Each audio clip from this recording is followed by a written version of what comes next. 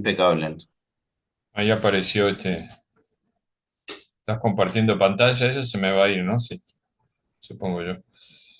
Bueno, estos son los libros que dimos este año, en el 2024. Amós, Filemón, Corintios primera y segunda, ¿verdad? Amós, Oseas, Jonás, profetas menores, Miqueas también, profeta menor, que siempre decíamos que profetas menores se les llamaba no por una cuestión de importancia, sino porque los libros tenían menos extensión comparados con los profetas mayores, ¿no? Que se les decía mayores porque los libros eran muchísimos más amplios, más extensos, y estos no. Ese motivo, digamos, era simplemente por ese nombre, ¿no? Porque por supuesto, la importancia de estos libros es fundamental, ¿no? Es notable los mensajes que encontramos en los libros de los profetas menores.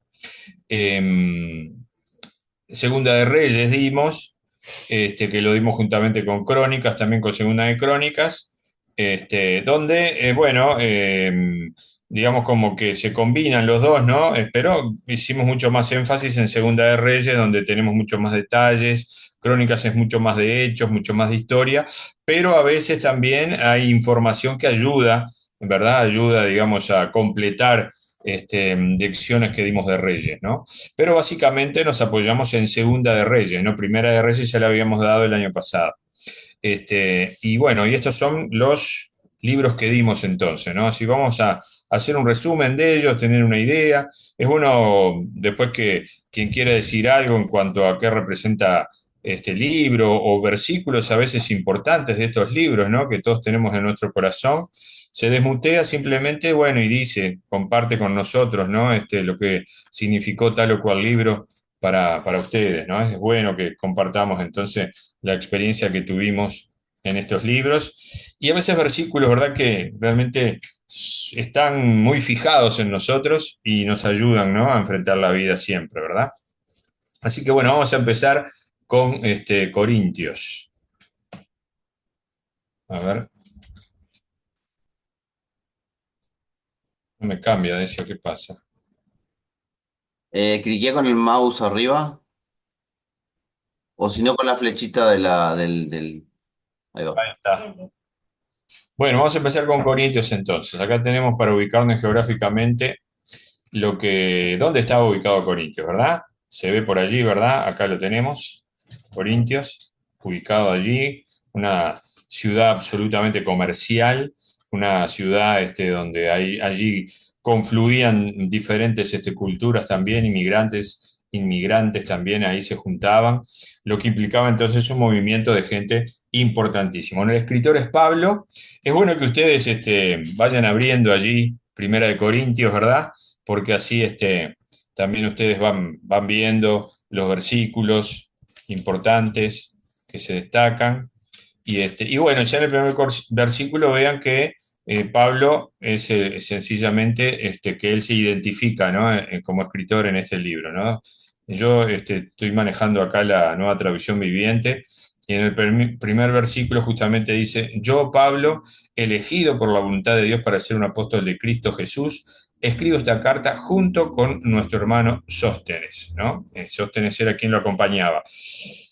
No siempre Pablo escribía las cartas, tenía como una especie de secretario muchas veces donde él dictaba, ¿verdad? Y le escribían, ¿no? Pero sin duda que las palabras eran las de Pablo. Entonces, Pablo es el escritor de Primera de Corintios, como así también lo va a hacer en Segunda de Corintios, él mismo se identifica.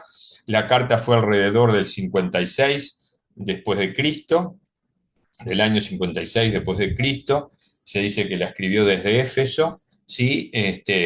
Corintios es una iglesia que fue este, fundada, digamos, van a ver en el libro de Hechos, en el capítulo 18, por ejemplo, allí se habla, y fue en el segundo viaje misionero, ¿no? de Pablo, donde él llega allí y bueno, y empiezan a trabajar entonces para fundar esta iglesia ya decimos, en una ciudad absolutamente deteriorada en lo que implicaba lo moral, ¿no? Sin embargo, allí entonces se funda una iglesia cristiana. Un propósito fundamental entonces de esta carta es señalar los problemas de la iglesia de Corintio, ofrecer soluciones, enseñar a los creyentes a vivir la vida cristiana en medio de una sociedad corrupta, ¿no? Tengamos en cuenta eso, ¿no? Era una sociedad corrupta, ¿no?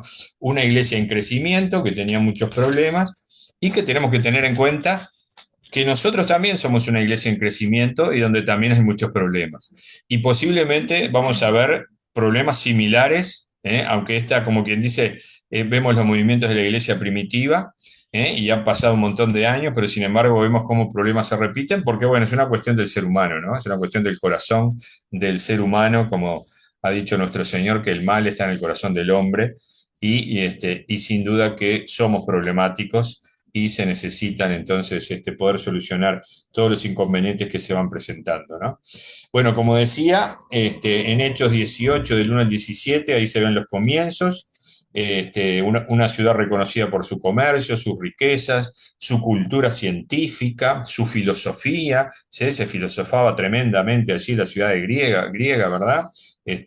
Lo que implicaban las ideas, ¿no? Y bueno, trascendían, ¿verdad? En sus ideas y todo, y bueno, y allí estaba Pablo presentando entonces las ideas firmes, ¿no? De nuestro Señor, ¿no? El Dios verdadero, ¿no?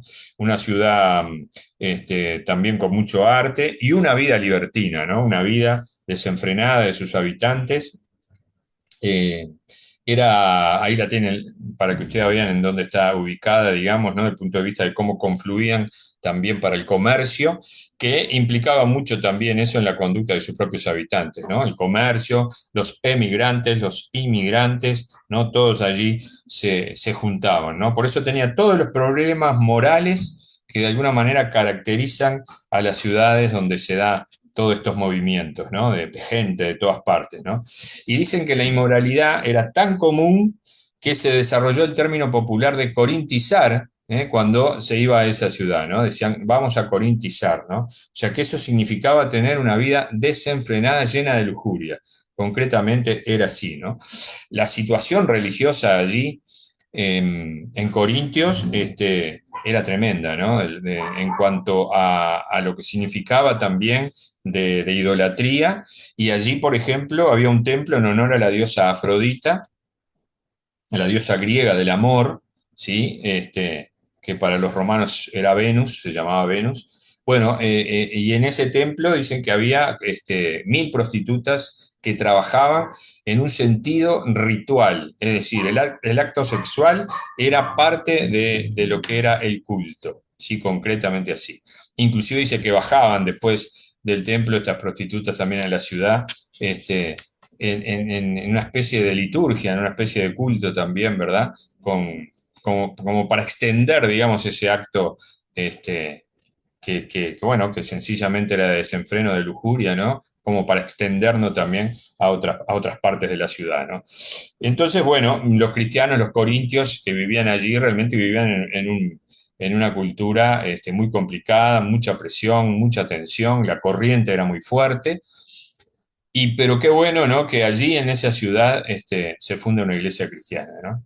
Y se daban todos estos inconvenientes también que había que luchar y que Pablo estaba luchando con eso, ¿no? Un ambiente de corrupción, de pecado desenfrenado, se sentía la presión de la inmoralidad. Muchos también de los que habían sucumbido a veces a esa presión, ellos mismos hablaban que eran libres en Cristo. Fíjense, ¿no? El mal empleo de lo que era la libertad, ¿no? Decían que eran libres en Cristo, ¿no? Algo que también entonces Pablo tenía que enfrentar, una libertad absolutamente mal entendida, ¿no? Porque ser libres en Cristo es concretamente obedecer a Cristo y hasta podemos decir que es ser esclavo de Cristo, ¿m? Porque siempre el ser humano de alguna manera vive en términos de esclavitud también, justamente por todo lo que lo rodea, ¿no?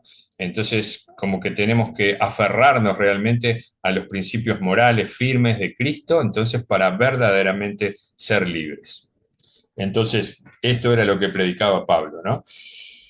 Y como decía, cumple una amplia variedad de temas, ¿sí? Si empezamos a mirar un poco, tenemos las rivalidades en la iglesia, ¿sí? ¿Se acuerdan que decía que ellos eran de Apolos, que eran de Pablo? Bueno, él buscaba esa unión en Cristo, ¿no? Eso lo tenía que combatir sin duda Pablo, ¿no? Si uno empieza a recorrer las páginas, va a ver eso. el problema grande entonces que había de las divisiones, ¿no? Las preferencias que había ante tal o cual persona, ¿no? Algo que siempre también hay que combatir en las iglesias, ¿no?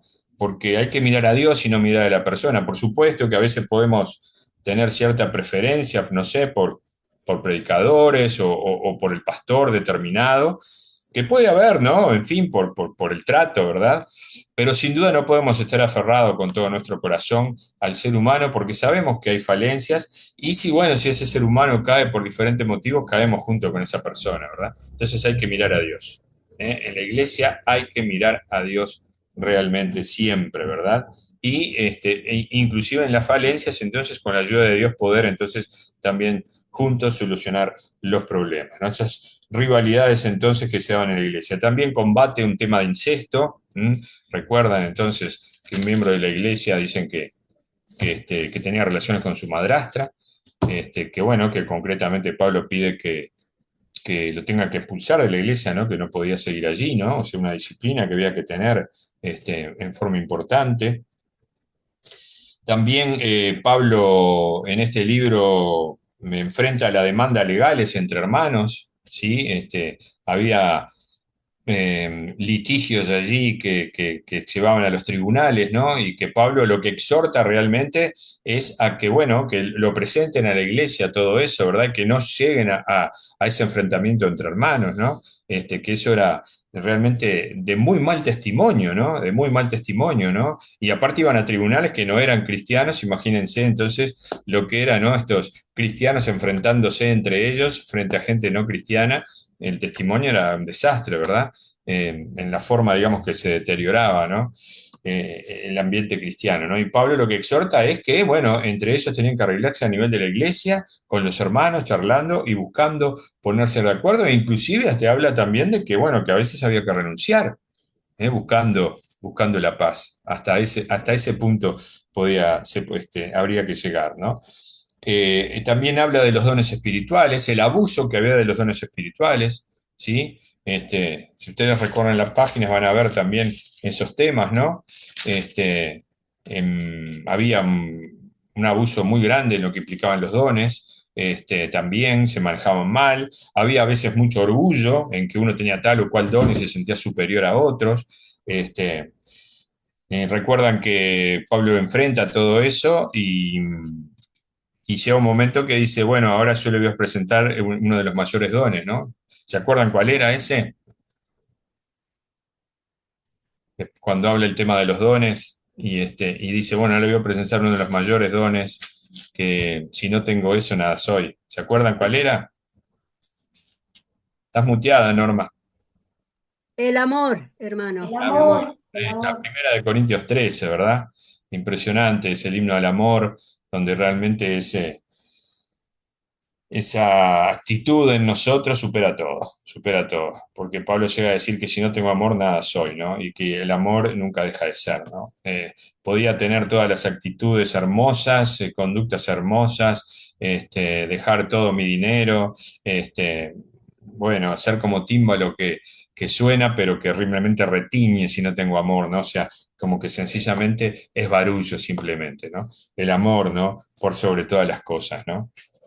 Habla del problema también del sacrificio a los ídolos, el tema que tenían, el problema ellos de comer comida que entendían era sacrificio para los ídolos y que muchos de ellos estaban en contra de eso, ¿no? Porque en la ciudad de Corintios dice que, bueno, que la carne prácticamente todas antes de faenar, digamos, se ofrecía a los ídolos, entonces como que muchos tenían muchos reparos en comerla, ¿no?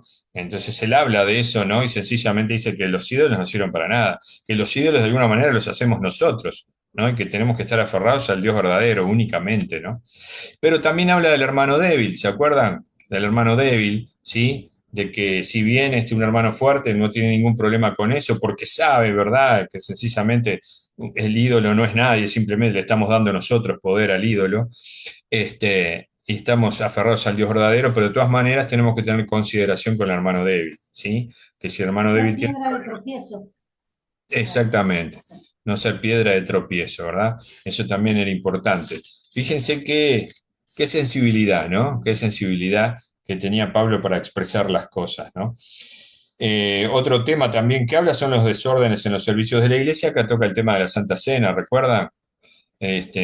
Que también se daban muchas problemáticas en la forma que encaraban la Santa Cena, simplemente eran banquetes que comían, que bebían, que terminaban mal, que no compartían, que los ricos se comían lo suyo y no dejaban para los pobres, en fin. Entonces él le da realmente el lugar que corresponde a la Santa Cena, ¿verdad?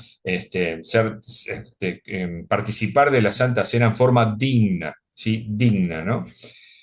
Y participar en forma digna es tener esa importancia que realmente tiene, ¿no? En memoria de él, recordar esa obra del Señor, ¿sí?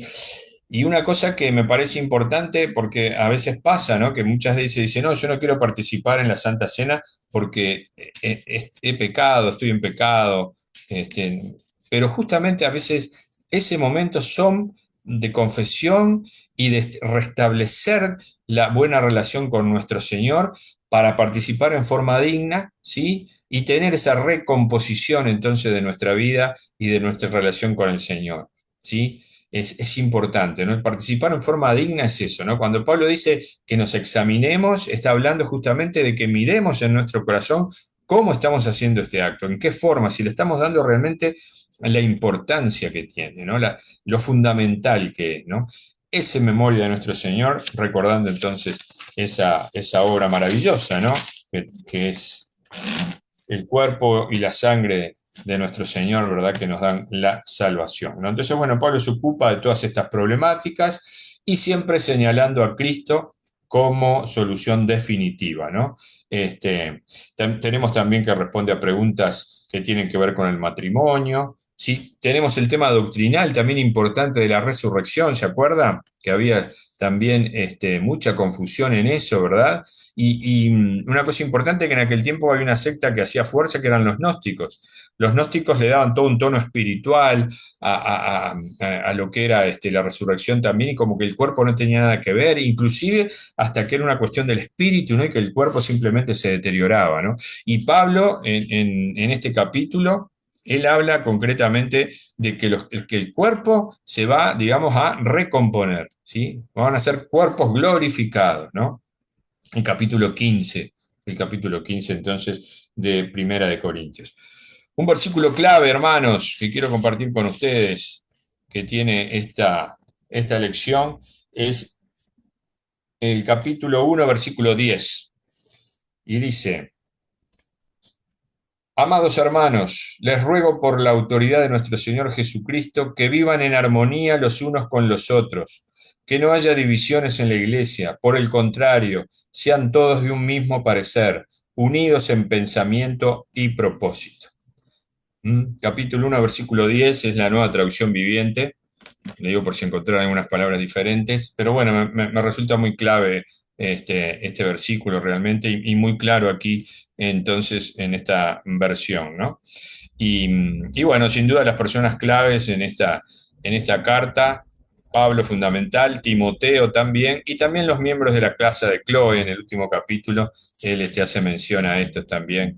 Chloe era una iglesia, una hermana cristiana, ¿verdad? Que por supuesto también ayudó mucho a Pablo y que bueno, allí también se desarrollaba la iglesia y los miembros que estaban allí también trabajaban entonces para el buen desarrollo de la iglesia, ¿no?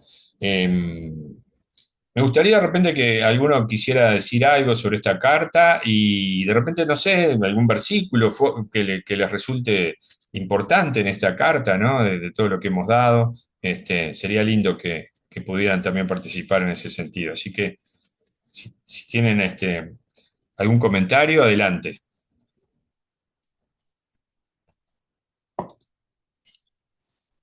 De Primera de Corintios. ¿Sí?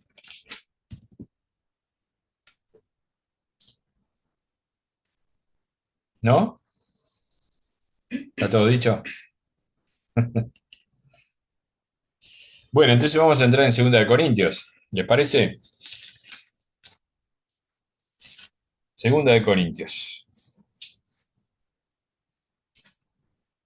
Em, Recordemos una cosa que me olvidé, esta carta de Primera de Corintios era una respuesta también a otra una noticia que él había recibido, ¿verdad? De cómo se estaban dando las cosas allí. Entonces, bueno, él responde con esta carta, que fue una carta muy severa, ¿no?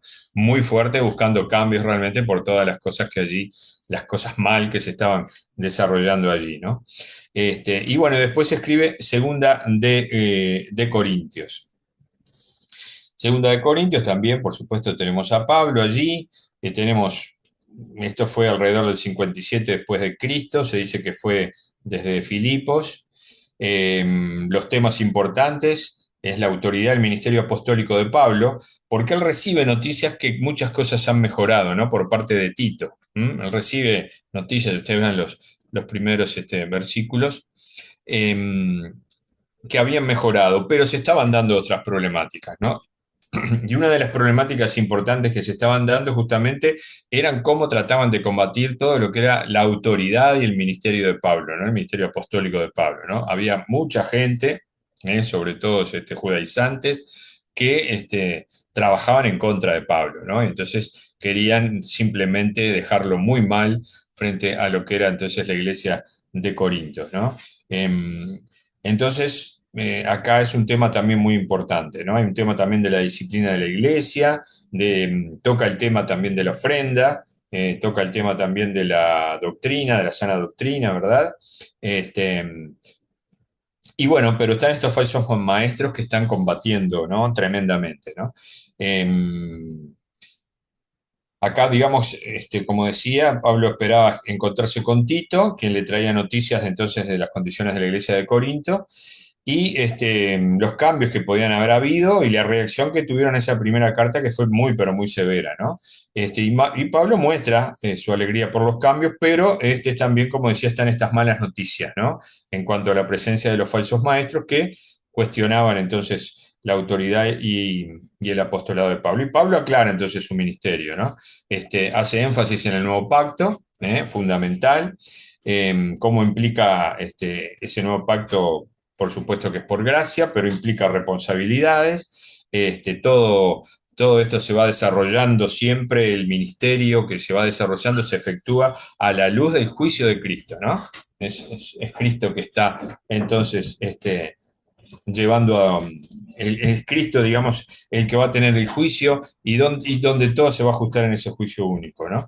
Y habla entonces de la santidad, de la rectitud y sobre todo de que la rectitud y la maldad no pueden coexistir, ¿no? No de ninguna manera, ¿no? Y habla un tema importante que es el de la ofrenda, ¿se acuerdan? El del que acá lo tenemos en el capítulo 9 el versículo 7 creo que es.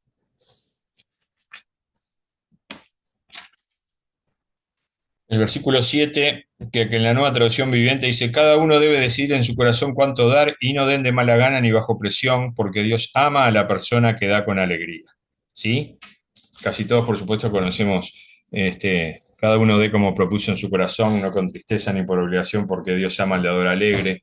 Es fundamental, entonces, porque es el versículo que condiciona, digamos, entonces, lo que implica la ofrenda, ¿no? El cual se tiene que usar, ¿no? Realmente la actitud, ¿no? La actitud sincera, ¿no? Sincera que tenemos que tener para dar una ofrenda, ni con tristeza, ni por obligación, ¿no? Porque Dios ama al dador alegre, ¿no?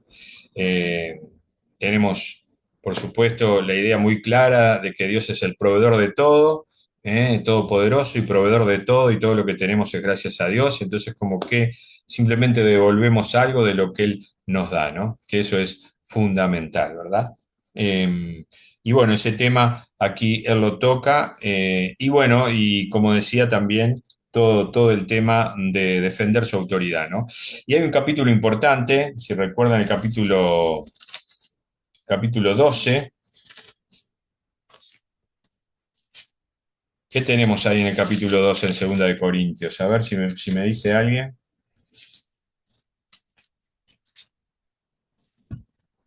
La espina, Ah, excelente. El aguijón en la carne. aguijón en la carne. El aguijón en la carne. Qué versículo ¿verdad? Qué versículo para fortalecernos, ¿no? porque concretamente acá está hablando de lo que es un problema, pero crónico, un problema que está persistente, duradero, está siempre ahí molestando. Y cómo Pablo sencillamente se siente débil en eso, pero ¿qué es lo que dice? Que, Gracias. ¿cómo? Mi gracia te es suficiente. Mi gracia es suficiente, porque mi poder se perfecciona en la debilidad, y Pablo dice, porque cuando soy débil, entonces soy fuerte. Qué bárbaro, ¿no? A mí es un versículo realmente que me llega mucho. Me acuerdo que también que mi madre lo usaba mucho. Mi madre se sentía también muy identificada con este versículo, ¿no? Eh, Realmente es promesas entonces que están en nuestro corazón. ¿Y alguno tiene alguno ahí como para decir alguna otra cosa que le llama la atención? Adelante, hermano, Capítulo comparta. 12, la parte del perdón, ¿no?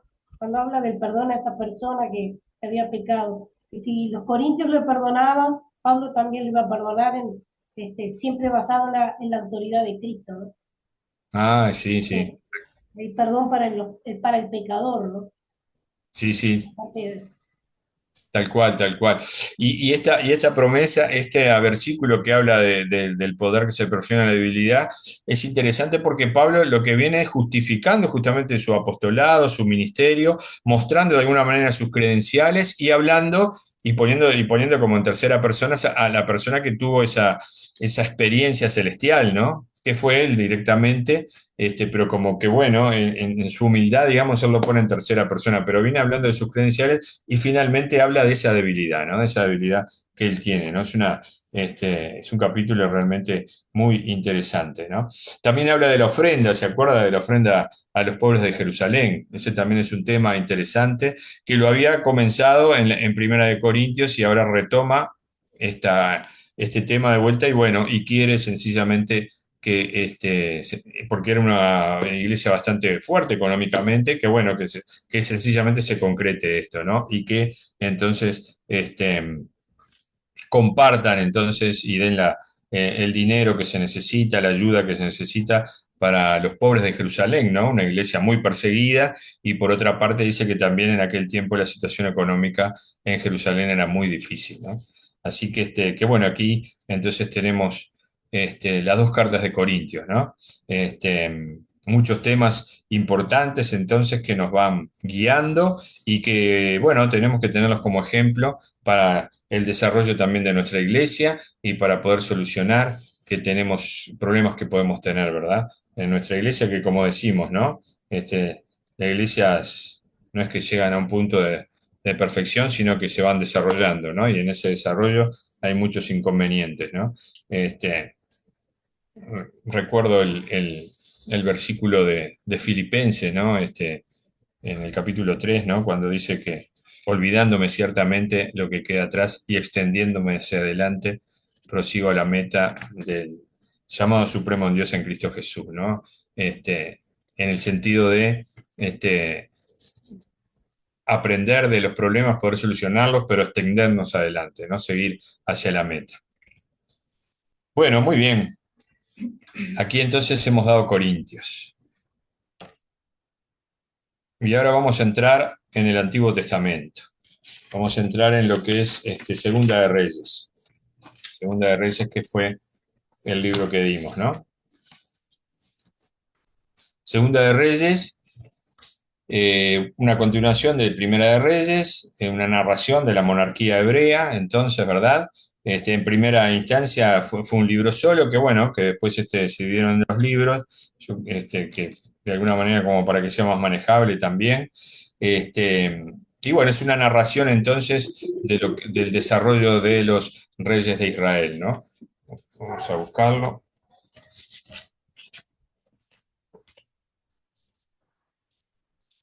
De los reyes de Israel, de la continuidad entonces del primer libro, ¿sí? El autor es incierto, algunos dicen que podría haber sido Jeremías, pero no es una cosa que está firme eso, o sea que sencillamente uno se define por el tema de que es incierto el autor, ¿no? La fecha posiblemente alrededor del 562, este, siglo 8, ¿verdad? Antes de Cristo. Y bueno, y los temas acá que tenemos son los buenos y malos reyes, ¿verdad? Los buenos y malos reyes que se dieron en estos dos reinos, ¿no?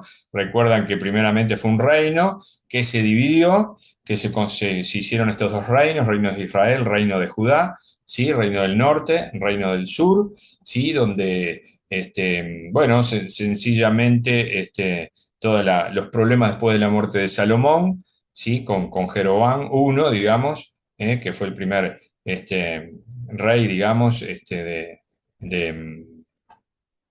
de Israel, y bueno, y comenzaron a darse entonces toda una serie de inconvenientes, de divisiones, y sencillamente los reyes, digamos, el comportamiento de ellos, podemos decir que en su generalidad fueron casi todos malos, ¿no? Muy pocos se salvan, solamente en el reino de Judá que hubieron algunos reyes buenos, ¿no? Simplemente, ¿no? Pero en el reino de Israel en el norte fueron todos malos, ¿no? Y recuerdan que la clasificación que se hacía era en cuanto a lo que habían hecho a los ojos del Señor, ¿no? No había un tema ni haberse comportado bien por tema político, económico o poderío militar, no, nada que ver, sino en cuanto a la relación con Dios. Allí era como se clasificaban los reyes, ¿no? Si había sido bueno o malo, ¿no? Sencillamente era así, ¿no? Eh, Hay, por supuesto, el gran problema, la idolatría, la adoración que había a otros, a otros dioses, y hay una función muy importante de los profetas, ¿no? Denunciando pecado, denunciando las consecuencias que tenía el pecado, ¿no? Y un versículo clave, justamente que tiene que ver con esto, es en el capítulo 17, del versículo 13 y 14, que dice: una y otra vez el Señor envió a sus profetas y videntes para dar a Israel y a Judá la siguiente advertencia: apártense de sus malos caminos, obedezcan mis mandatos y decretos, es decir, toda la ley que les ordené a sus antepasados, que obedecieran, que les di a ustedes a través de mis siervos, los profetas. Sin embargo, los israelitas no quisieron escuchar, fueron tan tercos como sus antepasados, quienes se negaron a creer en el Señor su Dios. ¿Sí? Este es un versículo importante entonces en lo que implica el libro de Segunda de Reyes. Porque bueno, fueron advertidos varias veces, ¿verdad? De todo lo mal que se estaban comportando, pero que sin embargo no había cambios y bueno, después se sabe cómo termina todo esto, ¿no? Y la mayoría de los reyes, como decimos, siguen la corriente del mal, siempre contagiados por sus naciones vecinas. De todos los reyes mencionados aquí en Segunda de Reyes, se dice que solo Ezequías y Josías son aprobados, ¿no? Está en el capítulo 18 y en el capítulo 22. Y como decía, los profetas desempeñan un importante papel, advirtiéndolos, pero lamentablemente prevalece toda su desobediencia, toda su maldad. Y bueno, Segunda de Reyes, como sabemos, describe las dos grandes tragedias, ¿no? Las dos grandes tragedias de destrucción de Israel, Reino del Norte, que eso fue en el 722 a.C., que eso fue a mano de los asirios, y del Reino del Sur, Judá, que eso fue en el 586 a.C. O sea, hay como una diferencia como de 136 años, que eso fue a través del imperio de Babilonia, ¿no? Nabucodonosor, ¿sí? Y bueno, todo esto es el resultado de la desobediencia de Dios, la idolatría, la perversión que vivían, la corrupción que vivían allí. Eso se había extendido tanto en los reinos de Israel como en Judá, ¿no? Con intervalos de algún rey que trataba de hacer las cosas bien, pero siempre ha sucedido de repente por otro que tiraba abajo todo lo bueno que el otro había hecho, ¿no? Tenemos personas claves también en este libro, como Elías, ¿sí? El profeta Elías, sin duda, que fue fundamental. Y acá ponemos esto. ¿Se ve bien? Bueno, acá es importante, ¿sí? Más o menos están ubicados. Ahí vean los reyes de Israel, ¿sí? Y que bueno, y que fue llevado cautivo por Asiria y Judá, ¿verdad? los reyes, ¿sí? Y también, como dice esto, que fue cautivo por el imperio babilónico, ¿no? Y los profetas que están ahí, vean cómo están ubicados. Los profetas en blanco son los profetas menores, los profetas oscuros son los profetas mayores, ¿sí? Y más o menos la ubicación que tienen en los diferentes reinos que estuvieron, ¿no?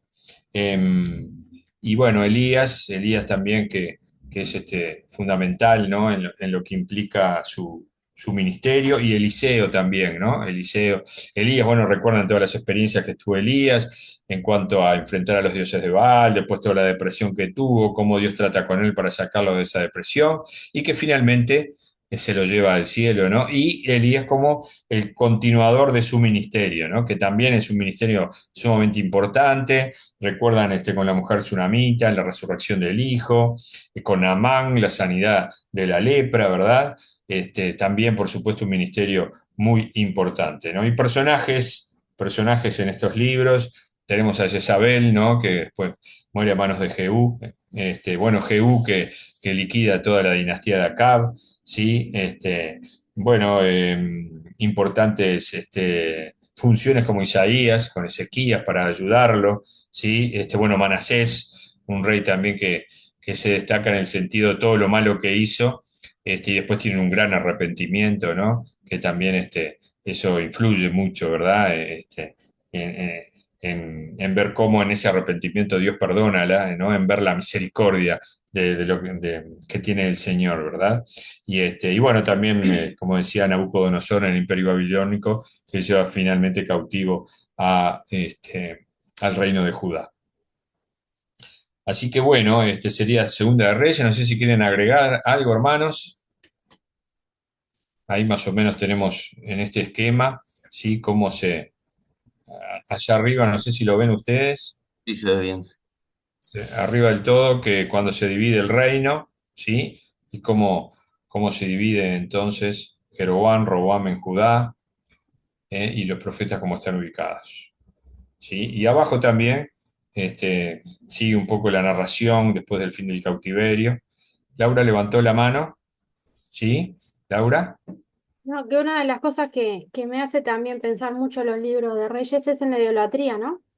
Cómo, cómo muestran la actitud de cada rey, cómo algunos tuvieron en cuenta, bueno, los menos, ¿no? Derribar los altares y los dioses paganos, otros, al contrario, lo exacerbaron más e incitaron al pueblo a que lo hiciera más, y cómo eso alejó el corazón del pueblo hacia Dios, ¿no? Entonces, me parece que estos libros son un ejemplo claro de cómo hay que tener cuidado, porque ellos tenían imágenes y cosas, nosotros podemos tener otro tipo de idolatría, que también nos puede alejar de Dios, ¿no? Entonces, Claro.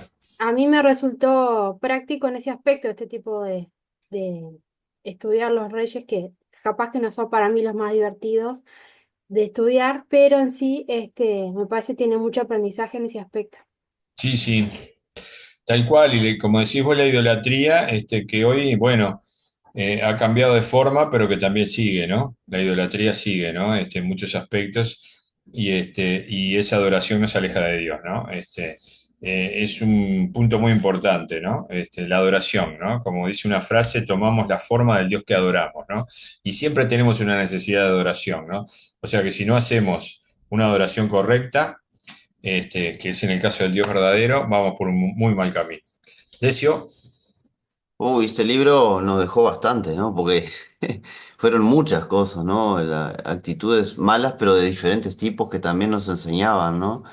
Y aquello que vivimos al principio con estos dos profetas, ¿no? Elías, como vos nombraste ayer, recién, ¿no? Elías y Eliseo, ¿no? Cosas que pasaron también impresionante, que la Biblia se dedica a varios capítulos a hablar de ellos, ¿no?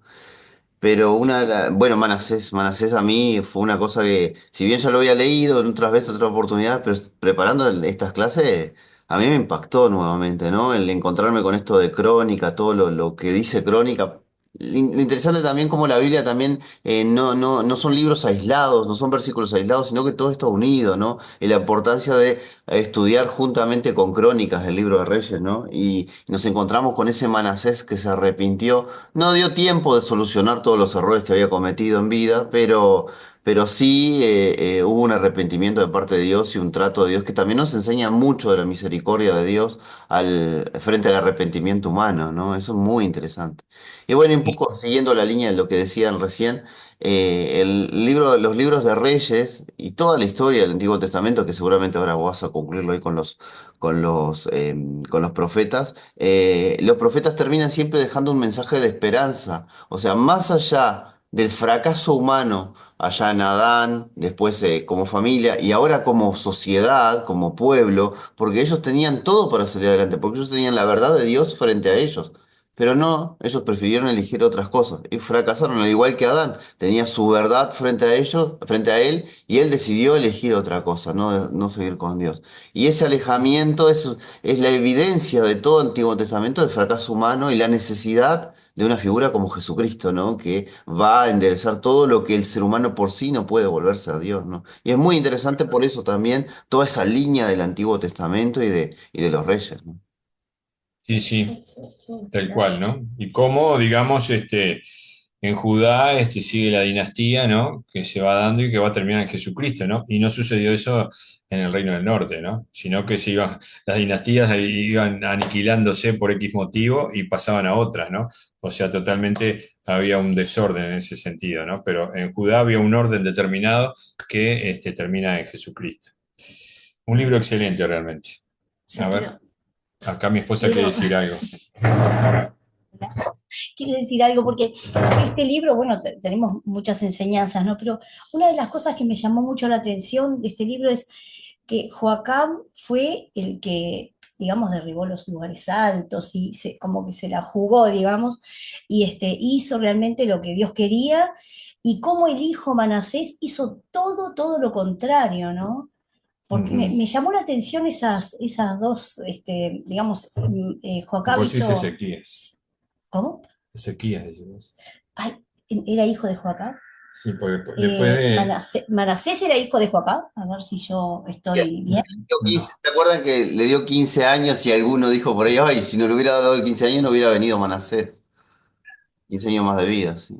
Ah, entonces yo, no es el que No, hizo, ¿no? Estoy yo es equivocada, perdón. Ezequías. Interesante que sucede varias veces, ¿no? Que el que hace lo bueno, después el hijo termina siendo más malo, ¿no? Es algo Eso interesante. me llamó la atención, ¿no? Pero se da mucho eso, ¿no? Hoy lo vemos creo, en grandes predicadores o personas que Sí. realmente hacen la voluntad de Dios y están dedicados a la obra, ¿no? Y sus hijos hacen todo lo contrario, ¿no? Estábamos Que se da escuchando mucho eso, ¿no? algo de Por eso, Marcos eso fue lo Vidal, que no me sé llamó si la atención. sabían. Bueno, nada, ese era mi aporte pequeño. Está Bueno, bien. me voy. Pero eso que dice ella, ¿no? Lo de Marcos Vidal, que los hijos como que también están absolutamente para otro lado, ¿no? Inclusive decían que uno de los hijos apoya el movimiento LGTB y todo, ¿no? Este, lo estaba viendo en YouTube eso, estábamos viendo, justo ayer estábamos viendo eso, ¿no? Se dio también Increíble. con John Piper. John Piper también, unos hijos. John También Piper también. Claro, John sí, Piper sí, también, sí. sí. interesante a veces que esas personas que han servido tanto al Señor, capaz que no me voy a poner en juzgarlos o culparlos, ¿no? Pero capaz que es una enseñanza para nosotros, ¿no? Sí tenemos que servir al Señor, pero nuestra familia es parte de ese servicio al Señor, ¿no? Bueno, sí, yo pensé eso también, Decio, yo también pensé eso, porque se dedicó 100% a, ¿no? a hacer lo que Dios quería, por supuesto, está bien, pero también la familia es parte de, ¿no? Así que Sí, bueno, sí, por puede supuesto. ser eso, por ahí la enseñanza, tal vez. Bueno, el Señor nos Sí, a habla de veces, diferentes a formas. veces el servir al Señor se confunde con estar exclusivamente en la iglesia, Sí, ¿no? Y sí, no, sí. no es, la familia forma parte del servicio al Señor. Y otra cosa, el que yo sirva al Señor y que yo sea fiel al Señor no garantiza que mi hijo sea, porque la salvación es No, claro. La cada elección son personales, la salvación es personal. también. Eso también es una cosa que tenemos que tenerla clara, ¿no? Pero bueno, más allá de lo que hizo Manasés, que fue terrible, ¿no? Lo que hizo, este, el Señor tuvo, bueno, él se rindió al Señor, ¿no? Tuvo misericordia el Señor de él y al Sí. final, y eso es importante también, ¿no? Muy La importante. misericordia del Sí, Señor sí, en el Antiguo sí, Testamento se sí, ve clarísimo más allá precioso, de todo el precioso. desastre que Sí, hacen, ¿no? sí. Bueno, vamos al otro Nada, rápidamente. ahí voy. Amós, libro de Amós, el profeta, un profeta menor, véanlo ahí, acá está Amós, ¿sí? Ubicado en el reino de Israel. Este, el nombre Amós, el significado de Amós quiere decir cargado. Es el autor entonces también de este libro. Posiblemente fue el reinado de Jeroboam II, ¿sí?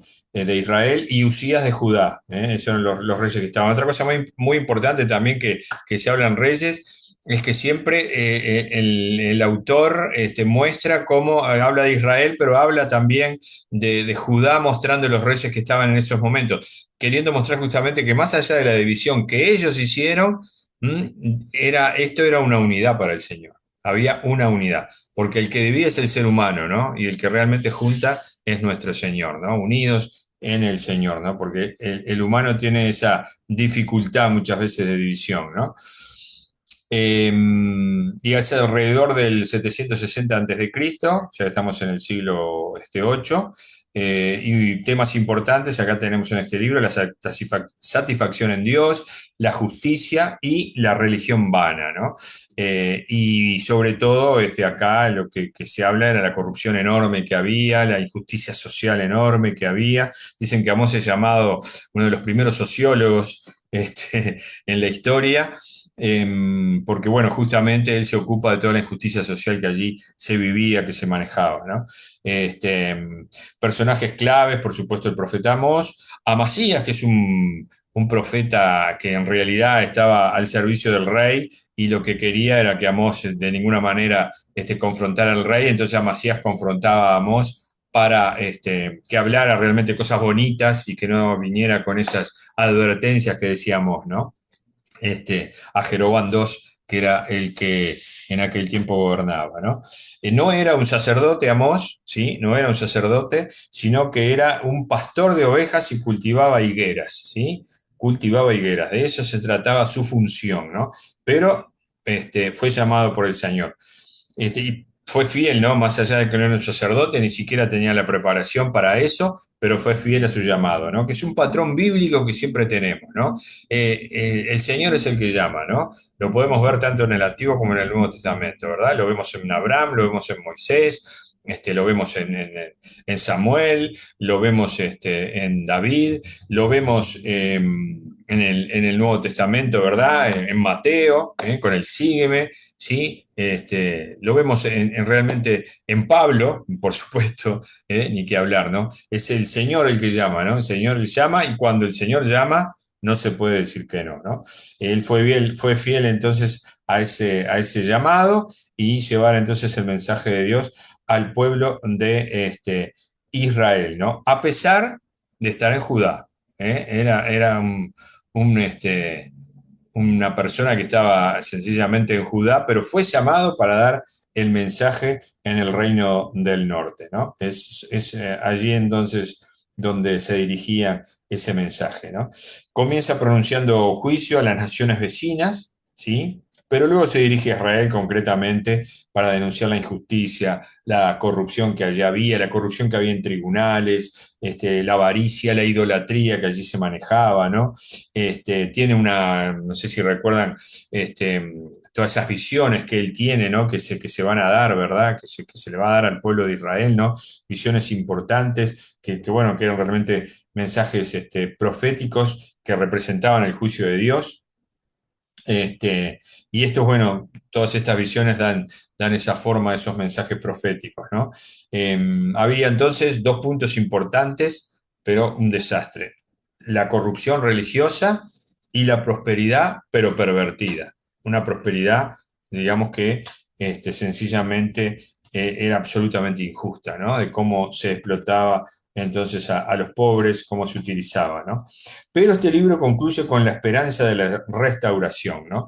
Y un versículo importante que tiene este libro es el versículo 5:24 que dice: en cambio quiero ver una tremenda inundación de justicia y un río inagotable de rectitud, ¿no? Es versículo importante acá.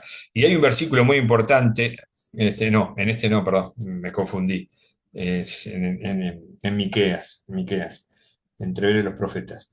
Entonces acá tenemos entonces cómo se concluye el libro con esta esperanza de la restauración, ¿no? Que eso es importante también, porque más allá del juicio que se venía, siempre, también como dijo Decio, hay esa esperanza de restauración. Ahora vamos entonces a otro profeta Oseas, ¿sí? ¿Lo recuerdan ahí, Oseas?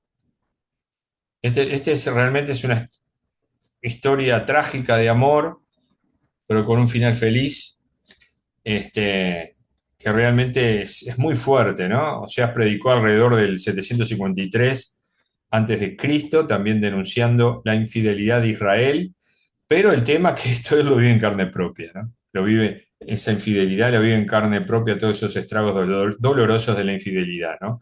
Porque Dios demanda a Oseas que se case con una prostituta, ¿sí? Ven que le voy a buscar el libro.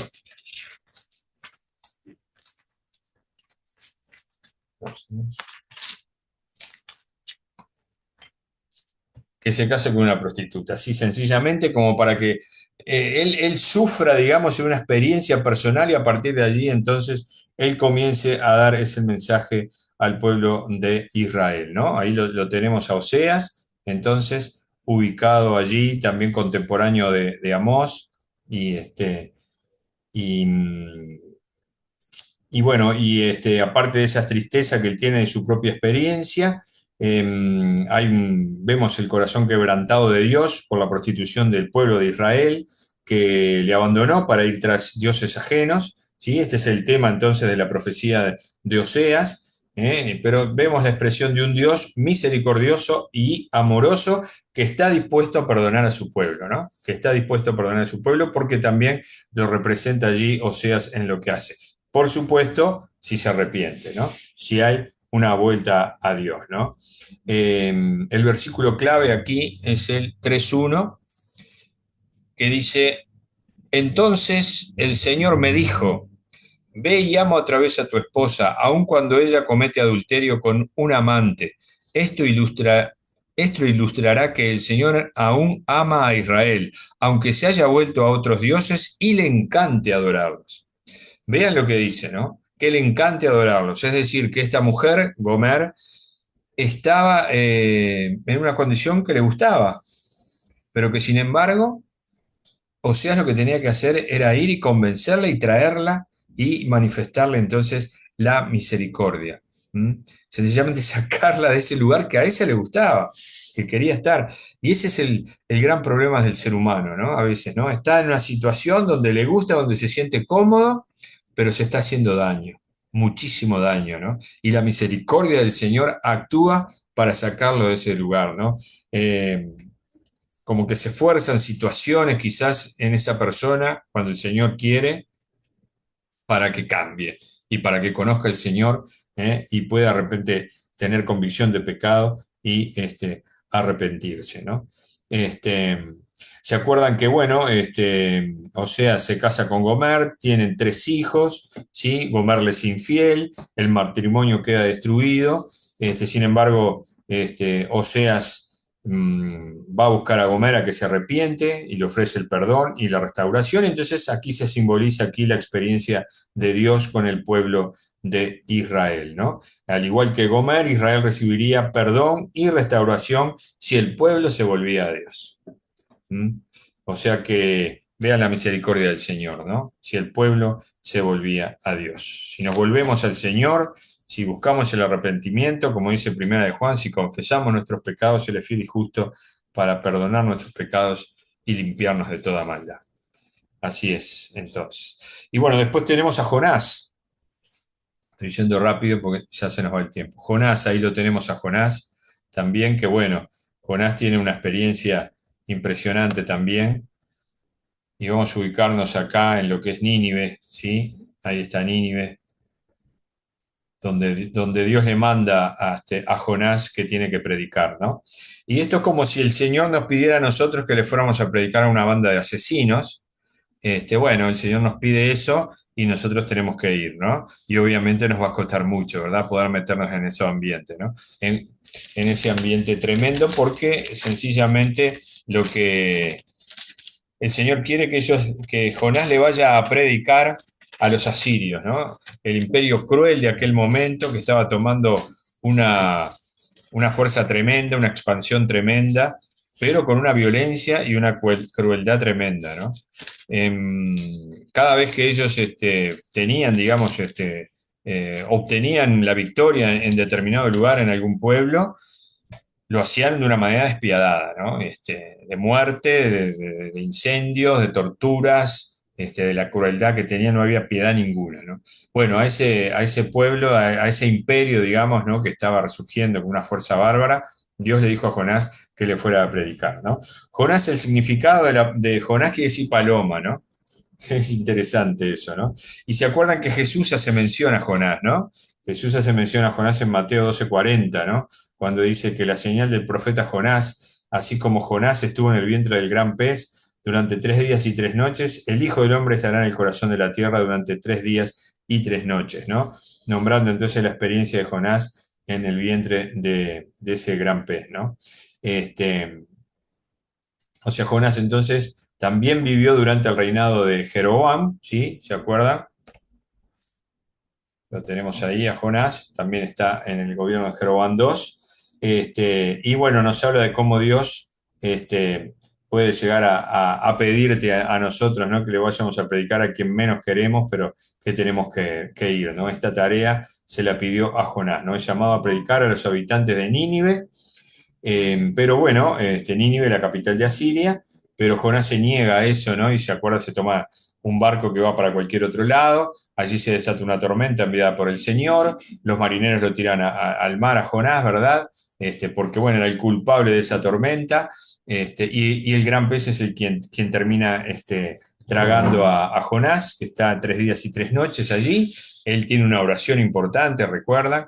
Después lo termina vomitando allí en la playa, recibe nuevamente el mensaje del Señor para que vaya a predicar a Nínive y de mucha mala gana él va a predicar con la sorpresa que cuando lo hace la gente de Nínive se arrepiente y se entrega al Señor, ¿no? Y el propio rey mismo manda a todos los ciudadanos a que tengan ese arrepentimiento para adorar al Dios verdadero, ¿no? Cosa que no se esperaba Jonás, ¿no? Jonás se retira y queda esperando como que de igual manera el Señor va a destruir esa ciudad tan perversa, ¿sí? Como que tiene esa esperanza, ¿no? Pero Dios trata con él, ¿no? Y un versículo importante acá es el 4:11, capítulo 4, versículo 11, que dice, pero Nínive tiene más de 120.000 habitantes que viven en oscuridad espiritual, sin mencionar todos los animales. ¿No debería yo sentir lástima por esta gran ciudad? Así concretamente, ¿no? Que viven en oscuridad espiritual. Y esto quiere decir que no sabían diferenciar lo bueno de lo malo. Sencillamente no tenían los valores totalmente tergiversados. No sabían diferenciar eso y a eso apela el Señor, ¿no? A esa ignorancia, digamos, entre lo bueno y lo malo, y el Señor con su misericordia quiere entonces intervenir. Y esto le hace mostrar a Jonás, ¿no? Y bueno, y el libro termina de alguna manera con que hubo una salvación en ese momento, ¿sí? Para esta gente, y un poco quizás la preocupación del Señor porque Jonás no había cambiado, Jonás seguía con ese resentimiento, ¿no? Mostrando entonces cómo tenemos que cambiar esos rencores y esas cosas que están dentro de nuestro corazón, ¿no? Y un mensaje fundamental acá que tiene esta lección es que todos los hombres, aun los más crueles, son amados por Dios. Amén. Bien, ¿y quién nos queda ahora? Miqueas. ¿Sí? Miqueas. Miqueas. Bien, vamos a Miqueas, que también es un profeta impresionante, profeta menor también, y aquí lo tenemos, a Miqueas, ¿sí? Allí ubicado. Miqueas, que quiere decir quién es como Jehová, hombre de campo, su hogar estaba en Moreset, es una aldea más o menos a unos 30 kilómetros de Jerusalén. Él profetizó también durante los reinados de Jotam, Acaz y Ezequías, contemporáneo de Isaías. Es importante la similitud que vamos a encontrar allí con versículos similares. También contemporáneo de Amós y de Oseas. Y bueno, siglo 8 también antes de Cristo.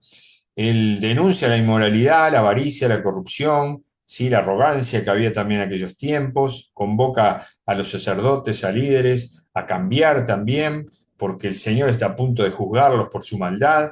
Dios no va a pasar por alto nada de esta maldad que ellos están haciendo, pero pese a todo, Miqueas habla también de que el amor de Dios es eterno, el juicio llegará luego de varias oportunidades, para que, bueno, ellos cambien y se arrepientan, pero no lo hacen, entonces el juicio va a llegar. Pero una vez aplicado ese castigo, el libro termina con que Dios va a reconciliar a su pueblo con él y los va a perdonar. Y Miqueas también, era lo que yo les quería decir, tuvo un milumbre del futuro esperanzador, ¿no? ¿Se acuerdan de este versículo esperanzador? ¿Cuál es?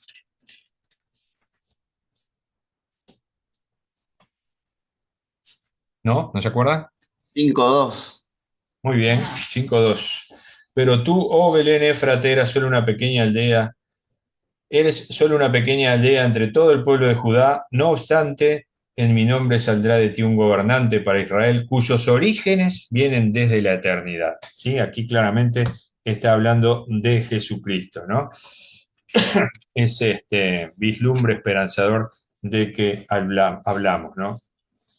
Tremendo, ¿no? Realmente, y cómo también después esto lo vemos en el Nuevo Testamento cuando se anuncia a Jesucristo, ¿no? Como Herodes mismo llama a los líderes religiosos para que le digan, y son los líderes religiosos quienes le dicen este versículo, ¿no? Tremendo realmente, ¿no? Y otro versículo clave acá es el capítulo 6, versículo 8, que dice: no, oh pueblo, el Señor te ha dicho lo que es bueno y lo que Él exige de ti que hagas, lo que es correcto, que ames la compasión y que camines humildemente con tu Dios. 3 puntos importantes tenemos acá, ¿verdad? Que hagas lo correcto, que ames la compasión, ¿sí? Que es la misericordia, y que camines humildemente con tu Dios. Que camines humildemente con tu Dios, que esto habla de la fe, ¿verdad? De la fe, porque para tener fe en el Señor se necesita humildad, ¿verdad? Fundamental, entonces, ese sentir, ¿no? Porque el Señor resiste a los soberbios, pero ama a los humildes, ¿verdad? Y eso que es, entonces, que es fundamental, ¿no? Y este versículo también, entonces, es muy importante en este libro de Miqueas. Y ahí llegamos al final, hermanos, entonces, de estos libros que fueron muy importantes en el 2024, que nos dejaron mucha enseñanza, que tenemos temas como la misericordia del Señor, ¿verdad? Que resalta tremendamente toda la problemática en Corintios que Pablo, por supuesto, enfrenta y que nos da ejemplos cómo nosotros tenemos que solucionar, los profetas que advierten, ¿sí? Y bueno, tenemos que escuchar siempre las advertencias del Señor. Decía un predicador, Charles Stanley, que Dios nos ama tanto que no nos va a dejar salirnos con la nuestra. Él nos va a cambiar, no va a dejar que hagamos lo que queremos. ¿Sí? Él va a hacer que nosotros hagamos su voluntad, ¿no? Escuchaba a un predicador, John Piper, que hablaba de la fortaleza y del poder del Señor, que si realmente nosotros tenemos claro ese poder del Señor, ¿no? Ese todopoderoso, ¿verdad? El que tenemos que estar aferrado, eso lo que tiene que producir en nosotros es humildad y a su vez también nos produce poder. Humildad y poder. ¿Pero para qué? Para obedecer al Señor, para tener una obediencia radical. Esa humildad y ese poder no es para hacer lo que queremos, es para obedecer al Señor. ¿Sí? Porque necesitamos poder para obedecer al Señor. El Señor nos tiene que dar ese poder para poder obedecerlo a Él. Realmente es impresionante, ¿no? Es esa perseverancia que Dios hace en nosotros para que sigamos adelante. Amén. Bueno, muy bien. El versículo 18 de Miqueas también es muy bueno, del 7, 18. 7:18. A ver, decilo. donde hay otro Dios como tú, que perdona la culpa del remanente y pasa por alto los pecados de su preciado pueblo. ¿Dónde hay otro Dios? No existe otro. Ah, Dios es nuestro único, el único que puede hacer eso. sí, tal cual. Y no seguirás enojado con tu pueblo para siempre, porque tú te deleitas en mostrar tu amor inagotable. Sí, No hay otro Dios como el Señor que demuestra su amor sí, cada día. realmente, realmente. También lo vemos Inagotable. en el libro de Oseas, también es tremendo, ¿no? Es tremendo, ¿no? Ese amor que muestra el Señor. También un versículo importante en Oseas, ¿no? Que dice que misericordia quiere y no quiere sacrificio, ¿no? Bueno, Este, el 19 y el 20 también son preciosos. Nuestros pecados los tira al fondo de la mar. No se acuerda más de ellos. Yo me acuerdo, sí, pero él no. vale. Anda, acá tengo un amigo, el perro que me viene a visitar, mirá, se los voy a presentar. Ah, Mirá, este es Churro, Churro se llama, es muy mimoso. Sí, muy mimoso pero medio bruto, rompe todo. Cuidado. Es ese amor avasallador. Bueno, hermanos, la verdad que para mí fue muy importante todo esto. ¿Cómo salgo de acá? De eso a dejar de compartir. Ya, acá está, embromándome. Vení, churrito, vení. Sí, sí, está. Y Filemón, ¿no? Filemón, que fue un libro. Me olvidé de Filemón, Decio, perdón. Vení, churrito. Tantos libros, Filemón, qué tema, sí.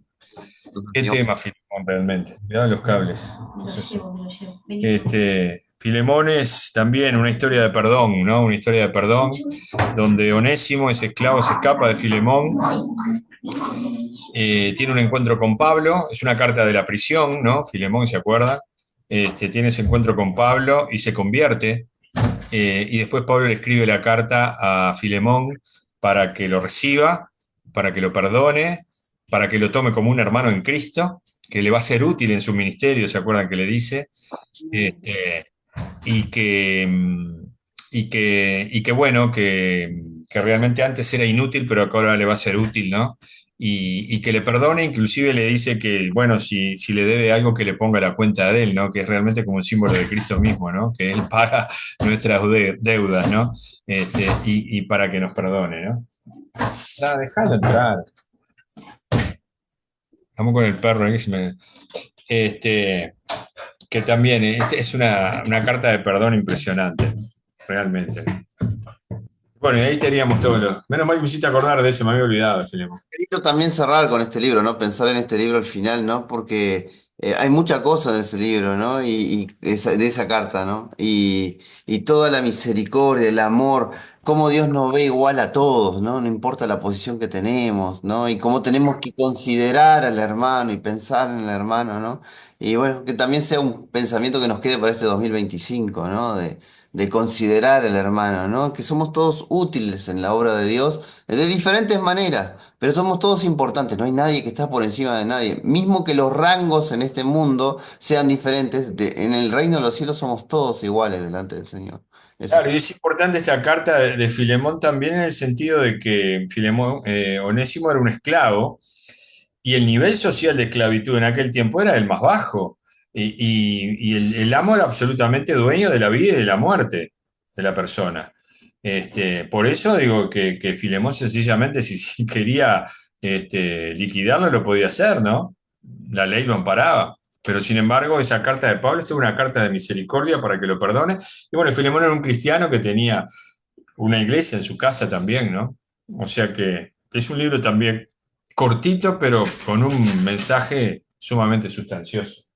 Es interesante ese punto, ¿no? De que para el Imperio Romano el esclavo no era una persona, era una cosa, era algo que le pertenecía al otro, ¿no?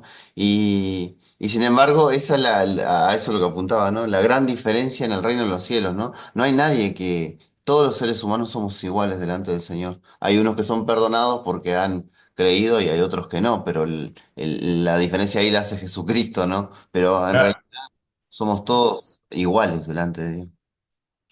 sí, tal cual, tal cual. Aparte como que muestra las clases sociales, ¿no? Filemón, que era, digamos, como la persona, un amo, un rico. Pablo, que podría ser de la clase media, y bueno, y la clase más baja, que era la esclavitud, la de Onésimo. Bueno, muy bien, hermanos. ¿Algún comentario? ¿Alguien que se la juegue ahí? ¿Qué le parecieron estos libros? ¿Qué palabra podría, si yo les preguntara una palabra que resumiera un poco estos libros? Una palabra. ¿Qué palabra utilizaría? Conocimiento. Conocimiento. Muy bien. ¿Algo más? A ver. Misericordia. Misericordia. Exactamente. Amor. La Esperanza. fidelidad de Dios con aquellos que lo aman. Muy bien. Humildad. Humildad. Qué lindo, ¿no? Tantas palabras realmente que nos ayudan con una buena enseñanza. Perdón. Perdón. Perdón. Es impresionante, ¿no? Tanta cantidad de libros, pero que muchos coinciden de repente en un tema determinado, ¿no? Sí. En diferentes historias, diferentes tiempos, pero todos coinciden en un tema determinado, ¿no? Obediencia también, ¿no? Obediencia, muy Siempre bien, obedeciendo al Señor todo. claro, exactamente. Y esperanza, ¿no? Qué bárbaro, ¿no? La esperanza, como decía, Esperanza. esperanza también. Bueno, muy bien, hermanos. Muy lindo, la verdad que ahora, Precioso todo. Los tiempos se dan, uno ve el propósito de Dios. propósito, exactamente. Palabra propósito también, que es muy importante tener en cuenta, ¿no? En Sí, cuenta eso, ¿no? Porque todo lo que pasa en nuestra vida, el Señor tiene un exactamente. propósito. Si lo miramos desde nuestro punto de vista humano, capaz que, bueno, puede ser una tragedia, tal o cual cosa, puede ser un desastre, tal o cual cosa, pero si lo miramos con los ojos del Señor, tiene un propósito. Hay un plan en eso que está pasando en nuestra vida, porque como dice su palabra, ¿no? Que a los que aman a Dios, todo ayuda para bien, según su propósito, al que somos llamados, ¿no? Bueno, muy bien, hermanos.